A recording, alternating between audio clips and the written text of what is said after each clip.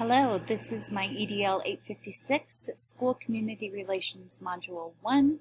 I am Susan Dinkle. As I was trying to find a clever way to introduce myself, I found this. I'm not going to lie. This is me right now. This weekend I kept thinking, I know I have something to do, but for the life of me, I could not remember what it was. Today at 10 o'clock this morning, it hit me that I forgot to do this assignment for class. And truly that class has officially begun. So I just want y'all to know, getting older is for the birds. I'm not usually so forgetful, but as I have reached age 46, 47, going on 48, I'm just like, what in the world is happening to me? So you'll have to forgive me in my forgetfulness. Just some background information about me. I teach business and computers at St. Francis Community High School, and it is located in the far northwest corner of Kansas.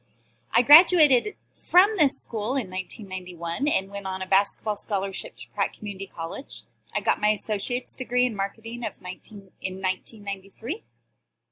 I then went to K-State, got my bachelor's degree in secondary education business in 1996. And in 2001, I began getting my ESL certification through Emporia State University. I decided to complete my master's in curriculum and instruction in 2006.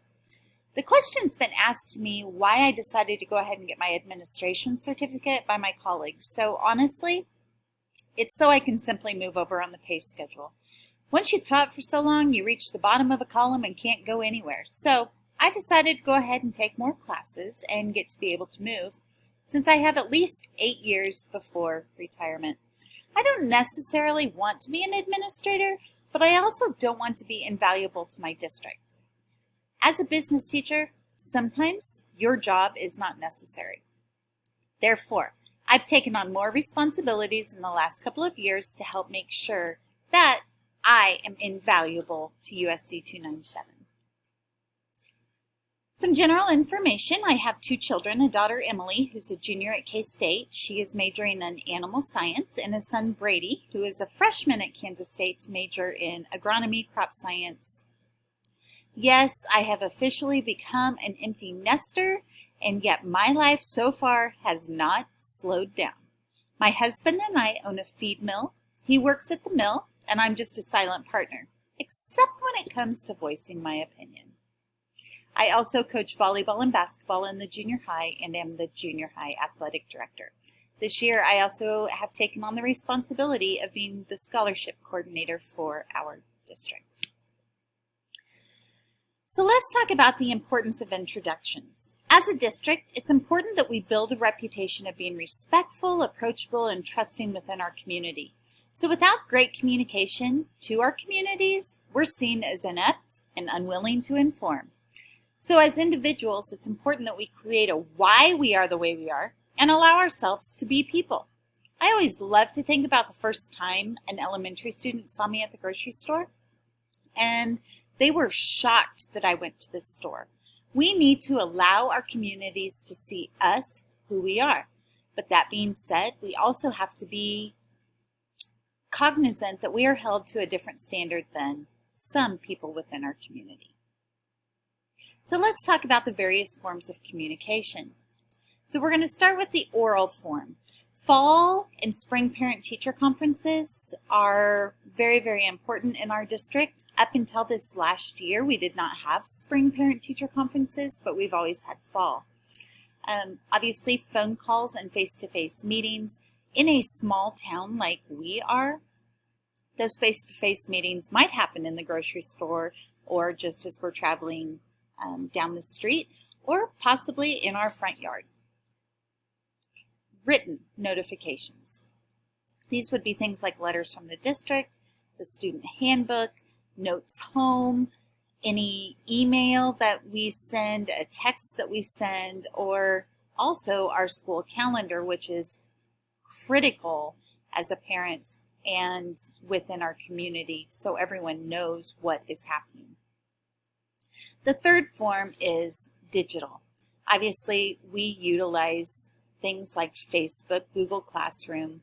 We also use Remind, our school website, and then of course PowerSchool. I get so frustrated with parents who don't utilize PowerSchool when they come in and don't know that their child is failing. And I'm like, you guys have access to this. Utilize it.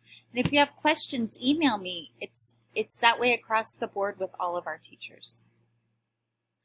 So some missing communication methods. And I'm sorry, I just now see that that is cut off. I had gone in and corrected all that, but fancy that.